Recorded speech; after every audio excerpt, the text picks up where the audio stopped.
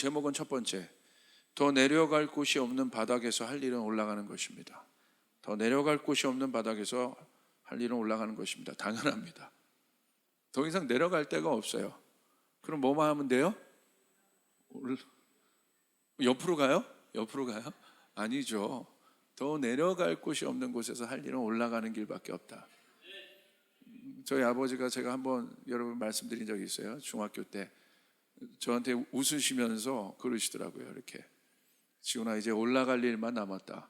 그 무슨 말이냐면, 제가 지금 생각해보니까 저희 아버지가 이 자조의 웃음 같은가, 그냥 이렇게 모든 것을 초월한 웃음, 할렐루야. 그냥 저는 아무것도 모르고요, 그냥 그러시더라고요. 진짜 이제 그 말은 뭐였냐면, 되게 그때 소망과 희망이었는데 들을 때 굉장히 좋더라고요. 이제 올라갈 일만 남았다. 근데 사실은 굉장히 절망의 고백이었죠. 더 이상 내려갈 데가 없다는 거예요. 그럼 이제 올라갈 일만 남았다. 한국교회 어떻게 더 내려갑니까? 이제 올라갈 일만 남았어요. 할렐루야. 이젠 물러설 곳도 없어요. 이제는 보십시오. 세상과 또 모든 것에서 그냥 연신 여러분 뉴스에 오르고 있지 않습니까? 예, 참 마음이 아파요. 뭐 방송국에서는 여러분 그렇게 하면 안 돼요. 예, 그 소수의 그 말도 안 되는 목사님들 이름 딱 올려놓고, 그분들은 잘 알지도 못하는 분들이에요.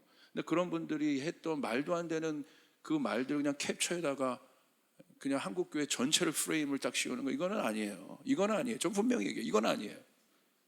할렐루야. 이건 아니에요. 어떤 대표적인 목사님들이 막 그러고 그랬다고 한다면, 한국교회 전체가 그랬다고 한다면 그러는데, 그 소수의 그냥 그 말 그냥 딱 캡처에다가 그냥 편집해가지고, 뭐 금요일날인가 목요일날인가 무슨 프로그램이 있었어요. 무슨 스포트라이트인가. 이건 아닙니다. 분명히 말하지만 이건 아닙니다. 공정해야 되는데요, 사실은 정말 이제 뭐 없잖아요. 그만 얘기하겠습니다. 할렐루야. 하여간 이건 아니다. 뭔가 새로운 주님의 돌파가 있어야 합니다. 아멘. 더 내려갈 곳이 없는 바닥에서 할 일은 올라가는 것입니다. 우리가 한번 오늘 말씀을 통해서 세워지는 자들의 마음 한번 보길 바랍니다. 인생을 길에 표현합니다. 그죠? 평탄한 길도 있지만 오르막길이 있으면 또한 내리막길도 있지 않습니까? 여러분 산행도 마찬가지입니다. 산을 오르는 오름이 있다면 언젠가는 내려오는 내림이 있습니다. 그래서 많은 사람들이 산행을 하면서 치유되기도 하고 인생의 많은 것을 깨닫는 것들을 봅니다. 산에 혼자 가는 분들, 할렐루야, 뭔가 많이 이제 고민들이 되는 분들이에요. 문제는 오름과 내림의 성격입니다. 오름과 내림의 문제가 아니라 그 성격이에요. 절망으로 오르고 내릴 수도 있고, 소망으로, 기쁨으로 오르고 내릴 수도 있어요. 신앙은 오름과 내림 자체, 오르막길과 내리막길 자체에 큰 초점이 없어요. 거기에 방점을 두지 않아요. 우리는 거기에 굉장히 방점을 둬요. 막 올라가는 것이 힘들고 내려올 때 뭐 좀 기쁘기도 하고, 거기에 우리는 굉장히 방점을 두는데, 신앙은요 거기에 방점을 절대 두지 않아요. 오름과 내림이 있을 수 있다는 것이에요. 그런데 문제는 신앙은 어디에 방점을 두느냐, 어떻게 오르고 내리느냐의 문제인 것입니다. 그래서 신앙에서 가장 큰 인생의 유익은 뭐냐? 내가 믿음이 있다. 그것이 여러분 우리에게 주는 가장 큰 유익은 눈앞의 일만 보다가, 오름 내림만 보다가 좀 더 먼 곳을 바라보며 숨 고르기를 할 수 있다는 것입니다. 많은 사람들이 가장 힘들어하는 순간이 바로 고통의 시간들입니다. 고통 자체도 힘이 드는데, 여러분 왜 그 고통은 시간을 수반하거든요. 시간의 흐름 안에 있는 게 고통이에요. 고통이 시간의 흐름을 따라 점점 더 깊은 절망의 바닥까지 내려갈 때가 있습니다. 찰나적인 고통이 아니라 진짜 힘든 건 뭐냐면, 이 고통이 시간의 흐름에 따라 계속해서 내려가는 거예요. 그걸 우리가 침체라고 표현하기도 하고, 어디까지 가느냐, 그와 같은 순간은 마치 늪과 수렁에 빠진 것과 같습니다. 벗어나려고 몸부림쳐도 소용이 없는 상황이에요. 결국 더 이상 내려갈 수 없는 단계에 이르릅니다. 그 장소를 우리는 바로 뭐라고 하냐면 절망이라고 얘기합니다. 여러분, 절망은 무엇을 의미하겠습니까? 모든 것이, 절망은 완전히 파괴된 상태를 말해요. 그걸 절망이라고 말해요. 완전히 완파된 상태, 어떻게 할 수 없는 상태인 거예요. 손을 쓸 수가 없는 상태를 말합니다. 불꽃 하나 남겨지지 않은 상태, 물 한 방울 한 모금 마실 수 없는 상태를 말합니다. 아무것도 볼 수 없는 칠흑 같은 상태를 얘기합니다. 여러분, 절망의 상태가 위험한 이유는 갑자기 절망으로 빠진 것이 아니라는 거예요. 단계가 있다는 거예요. 설마 거기까지 가겠어? 우리가 이런 마음을 가질 때가 있잖아요. 설마 거기까지 가겠어라는 막연한 마음이 현실이 상태를 절망이라고 말합니다. 이것은 마치 물이 스폰지에 젖어드는 것처럼 시간 속에서 완전히 젖어든 물먹은 스폰지의 상태이기 때문에 힘듭니다. 축 처져 있잖아요. 물먹은 스폰지가 겉으로 보기엔 멀쩡한 것 같지만 고통이 축적된 것이죠. 여러분, 우리가 우리 시대의 IMF를 겪었어요. 설마 했어요, 모든 사람들이. 그런데 설마 거기까지 갔었어? 그 순간 현실이 딱 되지 않습니까? 요즘 뭐 환율 막 치솟지 않습니까? 한계선이 있어요. 제가 듣기로는 한 1250원 요 정도인데, 요 정도 딱 넘어가면 한계가 없다고 하더라고요. 설마 이제 그건 거예요. 그 한계선, 그 경계선. 많은 사람들이 절망의 바닥을 두려워합니다.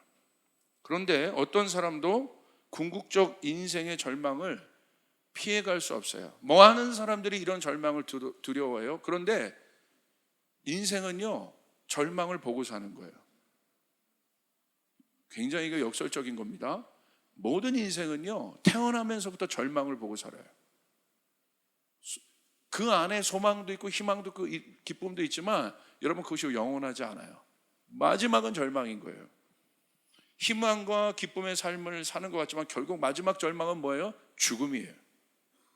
죽음이라는 절망의 바닥으로 우리 모두가 내려갑니다. 누구든 예외가 없어요. 한 사람도 예외가 없어요. 여러분, 동의하십니까? 한 사람도 예외가 없어요. 지금 갓 태어난 아이도 죄송하지만 얼마나 기쁘고 소망이에요. 그러나 궁극적으로는 그곳을 향해 가게 돼 있어요. 이에 대한 전도서의 허무함은 타 종교의 허무함과는 달라요. 타 종교도 이걸 본 거예요. 철학도 이걸 본 거예요. 그러니까 허무한 거예요. 그러니까 뭘 만들어요? 종교를 만든 거예요. 열심히 노력하면 뭔가 내가 이 절망, 이 궁극적 절망에서 내가 벗어날 수 있지 않을까. 그 마음의 평강도 찾고 뭐 요가도 하고 수행도 하고 다리도 가부좌 틀었다가 이걸 가부좌를 뒤로 올렸다가 그러면 내가 절망해서 좀 해탈하지 않을까? 그리고 이 하나로 뒤로 올리는 게 여러분 어려우면 두 발 다 올려요. 할렐루야. 그리고 막 기괴한 자세를 취해서 웃지요. 참 어리석지요. 성경은 그런 상태를 어리석다라 얘기해요. 그러므로 허무하다라는 전도서의 고백은, 솔로몬의 고백은 그 어리석음을 깨달은 거예요. 그렇기 때문에 타종교의 무화 같은 공과 같은 그런 절망과는 다릅니다. 오히려 이런 것이에요. 전도서의 허무함은 이제 알았다. 할렐루야. 무엇이 허무하게 하는지 내가 이제 알았다. 깨달았다는 거예요. 그러므로 전도서의 허무함은 다음 단계를 보는 소망입니다. 기쁨입니다. 그 소망과 기쁨이 세상이 해석할 수 있는 일들의 지혜가 돼요. 그래서 지혜로운 거예요. 이제 보이니까, 이제 알았으니까, 끝의 일들이 보이니까. 잠언과 전도서 안에 있는 수많은 지혜들이 거기서 나온 거예요. 그거로부터 출발하는 거예요. 그래서 보이지 않던 길이 보이는 그것을 지혜라고 하는 거예요. 여러분 모두에게 지혜가 있길 바랍니다. 이 지혜가 있어야 여러분 세상을 살아갈 수 있어요. 사단의 미혹은 무엇입니까? 마치 바닥이 없다라는 것처럼 우리에게 말해요. 그게 미혹이에요. 절망 없어. 그게 미혹이라는 거예요. 거짓말이라는 거예요. 절망이 없는 것 같은, 내 인생에 바닥이 없을 것 같이 이야기하는 그것, 그게 사단의 미혹이었고 거짓말이었어요. 내일이 없는 것처럼 살아가라고 말합니다. 생각 없이 살라는 거예요. 결국 네 뜻대로 그냥 살으라는 거예요. 그런데 그럴 수 있어요. 달콤합니다. 얼마나 좋습니까? 그런데 어느 순간 문제는 뭐냐면 갑자기 바닥이 보여요. 이제 인생 살만하고 60, 70 딱 지났는데 갑자기 툭 하고 병원 가서 뭐 하나 진단 받았는데 뭐가 보여요? 한 번도 내 인생에 찾아올지 않을 것 같은 어떤 것들이 있었어. 내 안에 병이건 그것이 경제적인 문제가 어떤 거든, 그때 뭘 봐요? 바닥이 툭 보이는 거예요. 깜짝 놀라는 거예요. 없을 줄 알았는데 바닥이 툭 보이는 거예요. 근데 안 보고 싶죠. 그러나 있어요. 연기 괜찮아요? 글쎄, 바닥이 툭 보이는 거야.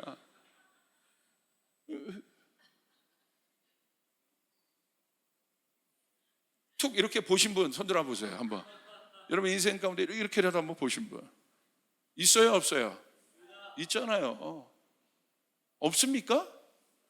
저는 요번에 단단히 봤어요. 툭 이렇게. 진짜네. 그래서 제 안에 천국이 생긴 거예요. 아멘. 진짜 천국을 믿더라고요, 제가. 그래서 제가 심플한 거예요, 이제. 이거밖에 없어요. 아멘. 이거밖에 없어요. 죽으면 끝나는 거예요. 극단적이지 않아요, 이게. 이 비유가.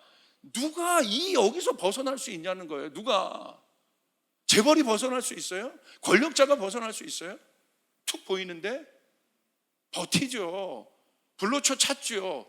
안 된다는 거야. 안 된다는 거야. 어휴, 주여. 그게 미혹이에요. 어느 순간 갑자기 그 절망의 바닥을 보여줘요, 사단이요. 그리고 두려움에 묶이게, 그때부터 두려움에 묶이는 거예요. 바로 성경은 그 상태를 뭐라고 그래요? 죄의 종노릇 하고 있는 상태다. 마치 죽음이라는 절망을, 마지막 죽음이라는 절망을 보여줍니다. 이제 그때 가서 이제 우리 깜짝 놀라서 답을 달라고 막 해요, 사단에게. 근데 사단이 뭐라고 하는 줄 알아요? 제가 어저께 설교를 준비하는데 그 모습이 상상되더라고. 이 본문을 쓰는데, 이 부분을 쓰는데 낄낄낄거리면서 조롱하는 거예요. 이제 알았냐? 네가 속았어. 이제 알았어? 이제 봤어? 너 그거 없는 것처럼 내가 얘기한다고 믿어? 그렇게 달려가? 그렇게 살았어? 이제 알았어? 늦었어. 이제 길이 없다. 너는 그렇게 절망으로 죽는 거야 하며 참소하고 조롱합니다.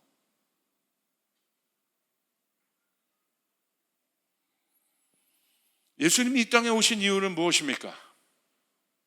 절망이라는 바닥을 소망으로 변화시키기 위해 오신 것입니다. 사람의 능력으로 해석할 수 없는 그 바닥을 우리를 위해 친히 변화시키셨습니다.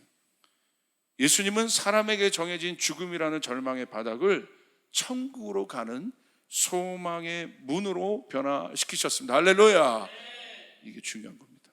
요한복음 11장 11절에 보니까 예수님은 그 절망의 바닥을 다르게 해석하셨어요.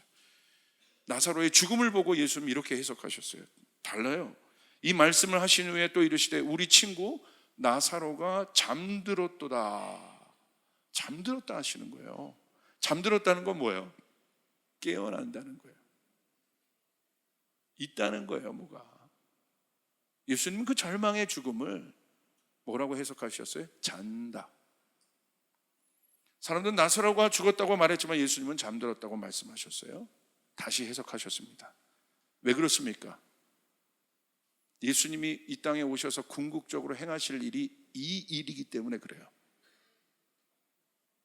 인간이 할 수 없는 그 절망의 바닥을 예수님이 바꾸실 거기 때문에. 사람들은 그때 이해하지 못해요. 나사로는 잠깐 보여준 거예요. 근데 예수님이 십자가에 죽으셔서 궁극적으로 예수님이 하실 일은 죽음이라는 그 절망의 바닥을 영원한 소망으로 바꾸시는 것입니다. 이것이 우리의 삶의 능력으로 나타나야 합니다. 복음은 바로 이 사실을 아는 거예요. 그래서 심플한 거예요. 분명한 거예요. 매 순간 이 엄청난 진리가 능력으로 우리의 삶 가운데 적용되는 거예요. 그러므로 하나님의 사람들은 이것을, 이 복음을 아는 자, 예수의 영이 있는 자들은 실망하지 않아요. 낭망하지 않아요. 침체에 빠져 있지 않습니다. 아멘. 이런 사람을 세상이 감당할 수 없어요. 더 이상 내려갈 수 없는 바닥에 있습니까? 욥을 보십시오. 해석이 안 되죠? 그런데 그의 고난은 사람이 욥이 상징하는 것은 사람이 더 이상 내려갈 수 없는 바닥에까지 간다는 거예요. 그게 고난이었어요. 그런데 놀라운 사실은 바로 그 순간이 올라갈 수 있는 절대적 희망의 단계였다. 이것만 여러분의 인생 가운데 확보하고 있으시면 돼요. 흔들림이 없습니다. 할렐루야. 사단이 그렇게 비웃어요. 나사렛 예수의 이름으로 이 거짓말하는 자 떠나갈지어다. 떠나가라. 다 거짓말이고 넌 미혹하는 자일 뿐이다. 떠나가라. 내 생각과 내 마음 안에서 떠나가라. 이게 복음이에요. 복음은 죄인된, 그러므로 복음은 뭡니까? 구원이잖아요. 복음이 결국은 예수님이 행하신 기쁜 소식. 그러므로 복음은 죄인된 나를 고백하는 것으로부터 출발하는데 왜 이것이 중요할까요? 죄인에게 정해진 것은 사망입니다. 이미 언도된 이 사망의 몸에서 나올 수 있는 길은 없습니다. 그때 의로운 변호이신 예수님의 변호가 필요한 것입니다. 내 힘으로 할 수 없어요. 내 힘으로 증명할 수 없어요. 빠져나올 수 없어요. 이미 언도됐어요. Sentence to death. 사망이 언도된 거예요. 빠져나올 수가 없어요. 내가 나를 증명할 수 없어요. 어떤 의로운 행동으로도 증명할 수 없어요. 그때 누가 나타나요? 가장 의로운 변호인이신 예수님이 나타나셔서 증명해 주시는 거예요. 이미 저 죄인의 모든 죄값을 내가 치루었다. 할렐루야. 그러므로 이 사람은 자유다. 그 길밖에 없습니다. 그러므로 구원의 원리에서 가장 중요한 것은 자신이 절망의 죄인이라고 인정함을 고백하는 거예요. 이게 어려운 거예요. 이게 힘든 거예요. 내가 내 침체로부터 가장 빨리 빠져나올 수 있는 법은 무엇입니까? 한국이 이 엄청난 영적 침체로부터, 위기로부터, 이 바닥으로부터 나올 수 있는 방법은 무엇입니까? 딱 하나예요. 바닥이구나. 인정하는 거예요. 고백하는 거예요. 버티지 않는 거예요. 아멘. 그때 그리스도가 보이는 거예요. 그때 소망이 보이는 거예요. 그 바닥에서. 간단해요. 그거 깨달았어요. 여러분, 어떤 어려움들이 있습니까? 이게 지혜예요. 가기 전에 깨닫는 것. 꼭 가서 깨닫는 것이 지혜가 아니라 꼭 원리대로 그렇게 해야겠습니까? 지혜는 뭐예요? 저희 둘째 조나단 목사님은 아버지한테 거의 맞지를 않았어요. 근데 저는 많이 맞았어요. 할렐루야. 왜 둘째가 맞지 않을까요? 지혜가 부어진 거예요. 저렇게 하면 형과 같이 바닥까지 갔다간 이게 오는구나. 지혜롭죠. 싹싹 피하면서 아빠 막 이러면서 지혜롭죠. 이게 지혜인 거예요. 네? 저희 집에서도 큰딸이 큰 애들은 좀 버티는 게 있어요. 제가 얘기해요. 그러면요, 유엘이가 저기 가가지고 물 떠와요 저한테. 할렐루야. 지혜롭죠. 아빠 더워? 막 이러면서 벌어놓은 거, 뒷파짓하는, 이게 지혜인 거예요. 그러니까 제가 제 제자들 티칭할 때도 간단해요. 제가 불러서 훈육하겠다는 거, 뭐가 잘못이 있으니까 훈육하겠다는 거. 빨리 빠져나오는 사람 누구예요? 잘못했습니다. 간단해. 제가 이랬는데요. 매를 버는 것이다. 빨리 그냥 잘못했는데요. 제가 어떤 분, 제 영적인 어떤 지도자와 얘기하는데 저한테 얘기하시더라고요. 근데 제가 거기에 하나하나, 저도 47살이고 한 교회 담임 목사고 다 얘기할 수 있었어요. 이유도 있고.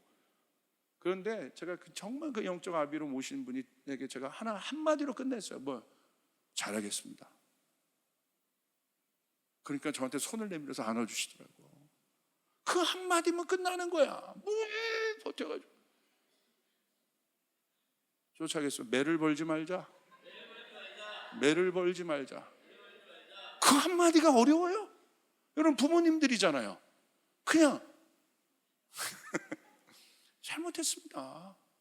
인정하면 되는 거야. 내 처지가 이런구나. 쫓아가서 그 자존심을 꺾어야 한다. 자존심을 꺾어야 된다. 여러분 우리는 주님 앞에 자존심이 없어요. 아멘. 누가 주님 앞에 자존심을 부릴 수 있는 존재가 누구겠습니까? 누가? 이 세상에 어떤 의로운 자가? 다 주님의 은혜로 구원받은 거지. 주님의 보혈로 우리가 씻음을 받은 거지. 여러분 맞습니까? 간단해요. 즐겁게. 그게 바로 뭐예요? 자기 부인이고 회개인 거예요. 잘하겠습니다 주님. 잘하겠습니다. 인정하는 거예요.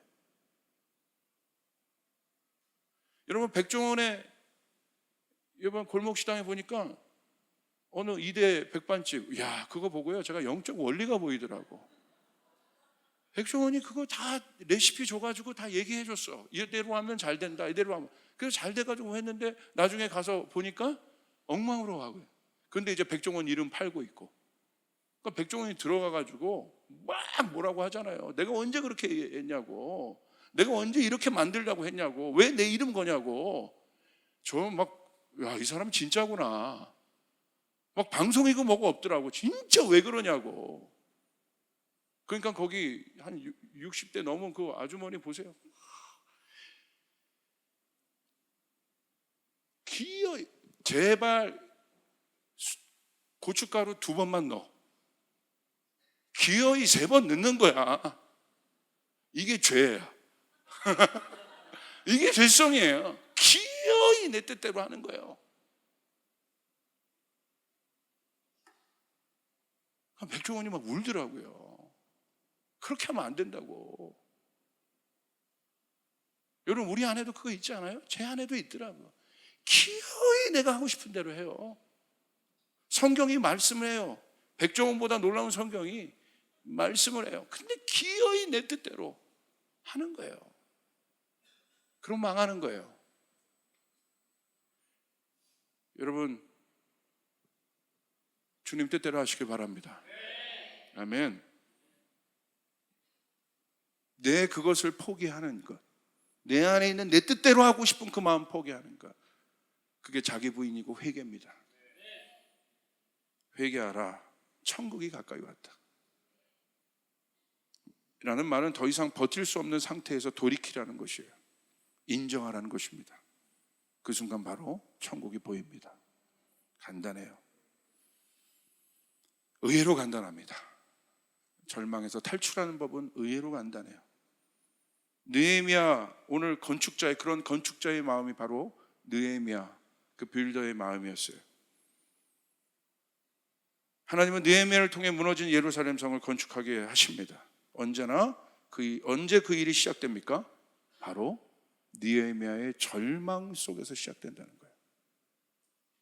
누가 다시 한번 이 한국교회를 일으킬 수 있을 것인가? 누가 다시 한번 하나님 나라의 비즈니스를 일으킬 수 있을 것인가? 누가 다시 한번 하나님 나라의 사역자로 일어날 것인가? 누가? 이때에 느헤미야 말씀을 보십시오. 어떤 사람이 빌더가 되는지. 느헤미야가 어떤 상태냐면 이미 예루살렘이 회파된 상태를 봤습니다. 예루살렘 성이 완전히 무너진 상태를 봤습니다. 우리 같이 한번 읽을까요? 시작. 그들이 나에게 대답하였다. 사로잡혀 오지 않고 그 지방에 남은 사람들은 거기 예루살렘의 성벽은 허물어지고 성문들은 다. 이 말을 듣고서 나는 주저앉아서 울었다. 나는 슬픔에 잠긴 채로 며칠 동안 금식하면서 하늘의 하나님께 기도합니다. 오늘 하나님은 무너진 예루살렘 성을 재건하기 위해 누군가를 쓰십니다. 그 누군가가 중요해요. 그 느헤미야. 왜 느헤미야인가? 누가 느헤미야인가? 하나님 느헤미야를 통해 놀라운 일들을 행하세요. 정말 여러분 상상 못할 속도로 무너진 성을 제거합니다. 50 며칠 걸렸죠? 어마어마한 수도. 무너진 곳이 다시 세워지는 하늘의 비전이 누구에게 임하겠습니까? 그것은 철저히 무너짐을 경험한 사람이에요. 버티는 사람이 아니에요. 내가 주님 안에서 망하였도다. 화로다. 망하였도다. 이것이 주님을 만난 사람들의 특징이에요. 내가 망하였도다. 한국교회가 망하였도다. 버티지 않아요. 진짜 주님을 본 사람, 하나님의 위대함을 본 사람들은 그 소리가 나와요. 그 속에서 뭐가 있습니까? 그 절망, 망함으로 끝나는 것이 아니라 어떻게 그 망하였도다 고백하는 건 이런 고백이에요. 어떻게 하면 살 수 있겠습니까? 내가 어떻게 하면 살 수 있겠습니까? 어떻게 하면 다시 일어날 수 있겠습니까? 그 외침이 있는 거예요. 마지막 자신의 생을 인위적으로 끊는 사람들 안에도 마지막 그 마음이 있는 거예요. 어떻게 하면 내가 살 수 있을까? 그 절망이 있지만 마지막 그 소망이 있는 거예요. 본능적인 살고자 하는 욕망이 있는 거예요. 그거는 여러분 모든 생명에게 있는 것이에요. 그때 답이 없는 거예요. 그래서 우리는 복음을 전해야 되는 것이에요. 아멘. 왜? 결국 다 이 고백을 할 거니까.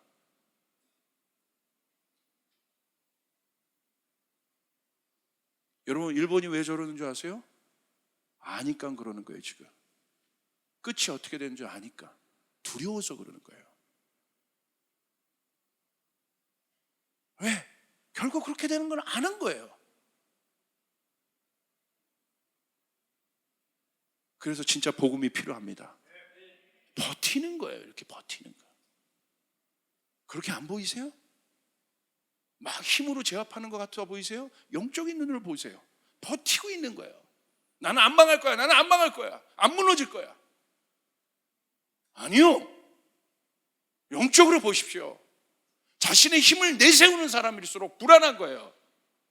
자신의 힘을 자랑하는 사람일수록 불안해서 그러는 거예요. 진짜 힘이 있는 사람은 안 그래요.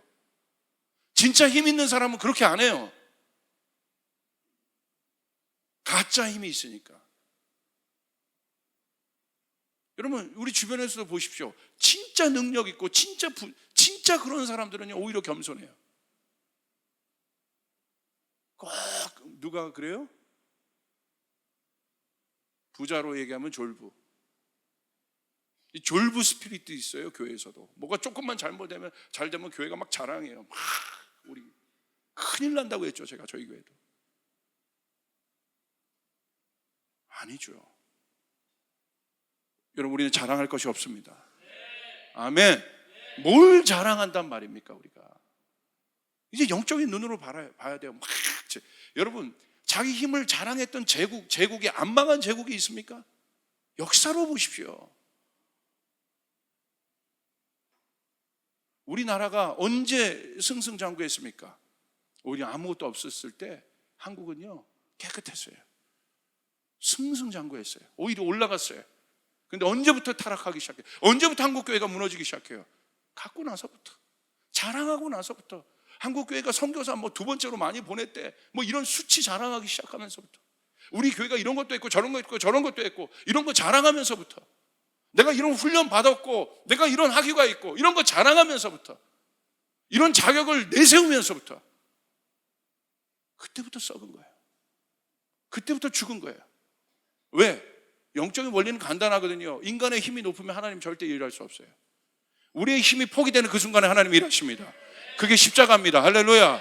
우리의 힘이 포기되는 그 순간 하나님 일하십니다. 그게 복음이요. 제가 터키에서 그 말씀 전할 거예요. 세컨 찬스. 세컨 찬스다. 야곱의 환도뼈 부러졌다. 거기서 시작하신다, 하나님은. 거기서 이름을 바꾸신다. 여러분 믿습니까? 주님이 이 세컨 찬스 동안에 제가 제 건강 얘기 해드렸잖아요. 주님 꺾으신 거예요. 내 안에 뭐만 중요한, 저한테 진짜 이 강단에서 딴 얘기 하지 말라고. 복음만을 얘기해라. 할렐루야. 천국만을 얘기해라. 그거면 되는 거니까. 이거였구나. 심플하구나. 간단하구나. 분명하구나. 도토리 키재기 할 필요 없구나. 그냥 겸손하게 섬기면 되는 것이구나. 겸손하게 주님 일을 감당하면 되는 것이구나. 열심히 살아가면 되는 것이구나. 아멘. 자유하더라. 오히려 자유가 임해요. 그게 자유예요. 비교하지 않아요. 뭐 소용없잖아, 비교해봤자. 이거 허무주의자들의 고백이 아니에요. 네 교회, 내 교회 큰 게 무슨, 뭐가 비교입니까, 그게. 내 미니스트리 큰 건 저 미니스트리 큰 건 무슨, 그게 뭐, 얼마나 그겁니까, 그게. 그거 하나도 중요한 게 아니에요. 오늘 느헤미야의 마음이 무너집니다. 보세요. 이 말을 듣고서 나는 주저앉아서 울었다. 주저앉아서 울었다. 그냥 운 것도 아니라 주저앉아서 울었다. 진짜구나 이거. 내 나라, 내 사랑하는 조국 진짜구나. 자꾸 다른 힘을 자꾸 믿고 있으니까 예수님 말 안 하고 지금 이 위기 상황에서도, 여러분 이 위기 상황에서 교회가 기도 한번 하자고 하는 교회들이 참 드물어요. 여러분 지금 한국을 왜 기도해야 될 때예요? 아멘. 아멘. 진짜 위기 아닙니까? 기도해야 될 때면 기도해야 될 때. 자꾸 다른 방법들을 내세워요. 영적인 거 갖고 해법이 없단 말이에요. 하늘이 열려야 되는 것이에요. 그래서 9월 달에 우리 예전에 우리 연합으로 한번 기도했던 것처럼 목사님들끼리 우리 다시 한번 기도하자.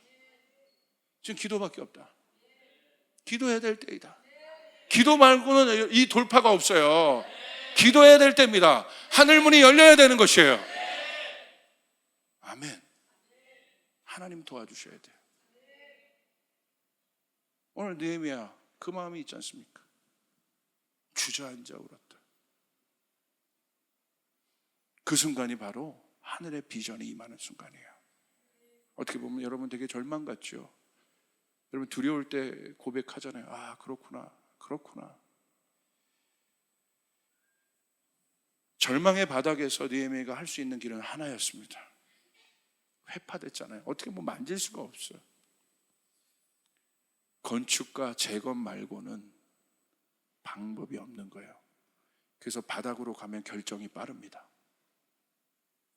이게 지혜입니다. 바닥으로 가면 결정이 빨라요. 우리가 왜 복잡한 줄 알아요? 생각이 많아서 그래요. 이것도 가야 되고 짜장면도 먹고 싶고 볶음밥도 먹고 싶고 짬뽕도 먹고 싶고. 그래서 결국 뭘 만들었어요? 인간의 지혜는 짬짜면. 할렐루야. 한국인에게 이게 많아. 치킨을 먹고 싶은데 양념도 먹고 싶은가 동시에 뭐요? 프라이드. 양념 반 프라이드 반. 이게 한국인의 어떤 속성인데, 더 배고프면 그냥 치킨. 할렐루야. 뭔가 이제 고를 수 있다는 건 그런, 지금은 그럴 여유가 아니라는 거예요. 여러분 나중에 여러분 정말 그런 단계가 되면 여러분 고를 수 있어요. 그것도 축복, 그것도 여러분 누릴 수 있는 건데, 지금은 만약에 그 바닥에 있다면 단순해져야 되는 거예요. 아멘.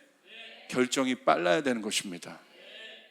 한국교회에게 그걸 지금 묻고 계신 거예요. 정치적으로, 외교적으로, 경제적으로 해법이 없잖아요. 그거 묻고 계신 거예요. 교회, 너희가 해법이다. 위가 있잖아. 사방팔방 다 막혀 있는데 위. 믿으시면 아멘 합시다. 믿으시면 아멘 합시다. 한국 교회는 그렇게 한국의 축복의 통로가 되어 왔어요. 위를 구할 때, 기도마다 사람들이 매어 있을 때, 위를 구할 때 한국은 축복을 받았어요.